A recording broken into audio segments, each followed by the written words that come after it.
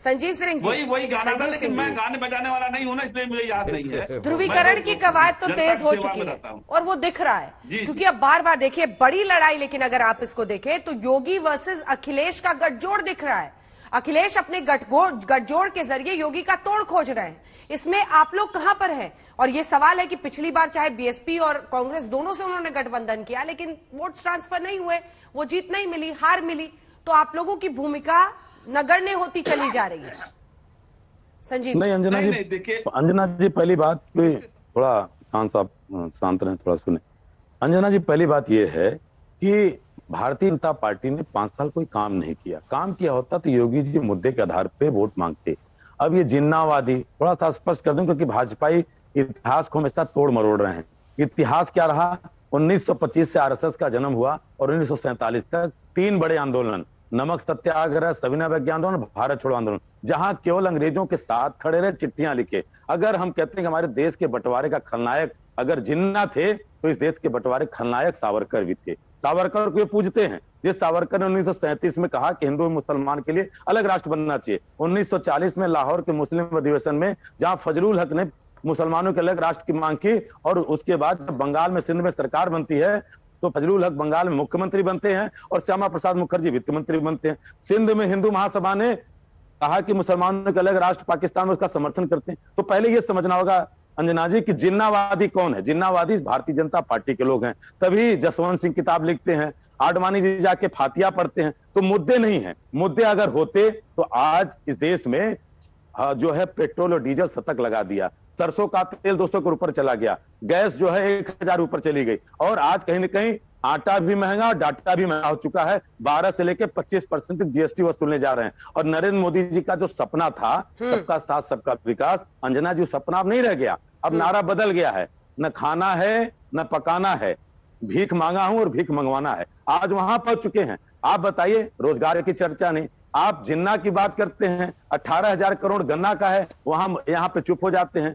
नारे जाकर के जय श्री राम के लगाते हैं। अरे कभी कहते कि बेरोजगारी पर हमने ये किया, कभी कहते कि महिला अपराध पे ये किया। मथुरा में महिला गैंगरेप हो रहा है, वहां नहीं बोलना है। आप बताइए, अब महिलाओं के साथ अपराध बढ़ रहा है, वहां नहीं बोलना है। अभी जेवर में गए लोगों ने कोरोना काल में अपना जेवर बेच करके अपने लोगों का इलाज कराया, और आज जेवर में किसान आज खुले आसमान के ठीक है।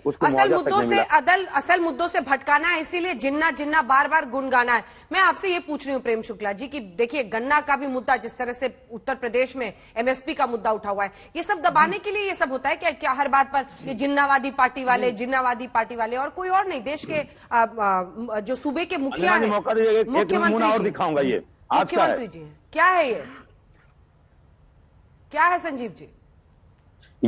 ये मोहन भागवत जी आज बोल रहे हैं, आज की है 9:49 पे। ये कह रहे हैं कि भारत के विभाजन की पीड़ा समाधान, विभाजन को निरस्त करना आज ये आरएसएस प्रमुख मोहन भागवत कर रहे हैं। अब ये इनका दोहरा चरित्र देखिए। एक तरफ सावरकर कहते हैं, सावरकर 2 राष्ट्र को बात करते हैं, गली गली शाखा लगा करके हिंदू मुसलमान के बीच ये विष रोकते हैं, और आज मोहन भागवत कर रहे हैं कि उस बंटवारे का दर्द है। ठीक है, इस पर भी जवाब दे देंगे, लेकिन पहले उस पर आ जाए। असल मुद्दों से भटकाना है, इसीलिए जिन्ना जिन्ना रटना है। जी प्रेम शुक्ला जी, देखिए हम तो असल मुद्दों पर ही बात करना चाहते हैं। आप बताइए, बेरोजगारी दर 2017 तक उत्तर प्रदेश में क्या थी? 17.5% थी। सीएमआई का आंकड़ा बता, हम 4.5% पे ले आए हैं। आप गन्ना पूरे उत्तर प्रदेश के किसानों पर 38,000 करोड़ रुपए का कर्ज था। आदरणीय योगी आदित्यनाथ जी की सरकार के कैबिनेट के पहले फैसले में वो कर्ज माफ कर दिया गया। 1,50,000 करोड़ रुपए के आसपास जो है गन्ना किसानों का भुगतान किया गया। 25,000 करोड़ रुपए गन्ना किसानों का बकाया जो है अखिलेश सिंह यादव जी छोड़कर गए हुए थे। आप 465 किलोमीटर एक्सप्रेस वे दोनों की सरकारों ने मिलकर 15 वर्षों में बनाया। 650 किलोमीटर से अधिक सड़कें जो है आदरणीय योगी आदित्यनाथ जी की सरकार ने 4.5 साल में बना दी। हम तो विकास पर ही बात करना चाहते हैं साहब। हमने जितने शौचालय बनवाए, हमने जितने जो है मेडिकल कॉलेजेस बनवाए, इस बार भदौरिया 12 जी मेडिकल आपने कॉलेज मजबूर बनते कर दिया। हैं 70 साल में, और 4.5 साल में 9 मेडिकल कॉलेज एक ही दिन में खुल जाते हैं। हर जिले में मेडिकल कॉलेज की हम बात करते हैं। उसके बाद अगर कोई जिन्नाबाद पर उतारू हो तो क्या उस जिन्नाबाद का उत्तर ना प्रेम जी दें? प्रेम शुक्ला जी पूरा कर ले। हम विकास प्रेम का भी शुक्ला जी उत्तर को पूरा कर देंगे। लेने आइए दीजिए, मैं विकास पर भदौरिया साहब पहले आपसे बहस कर जवाब लेते लूंगी। हैं, ठीक है। जिन्ना पर भी बहस कर लेते हैं।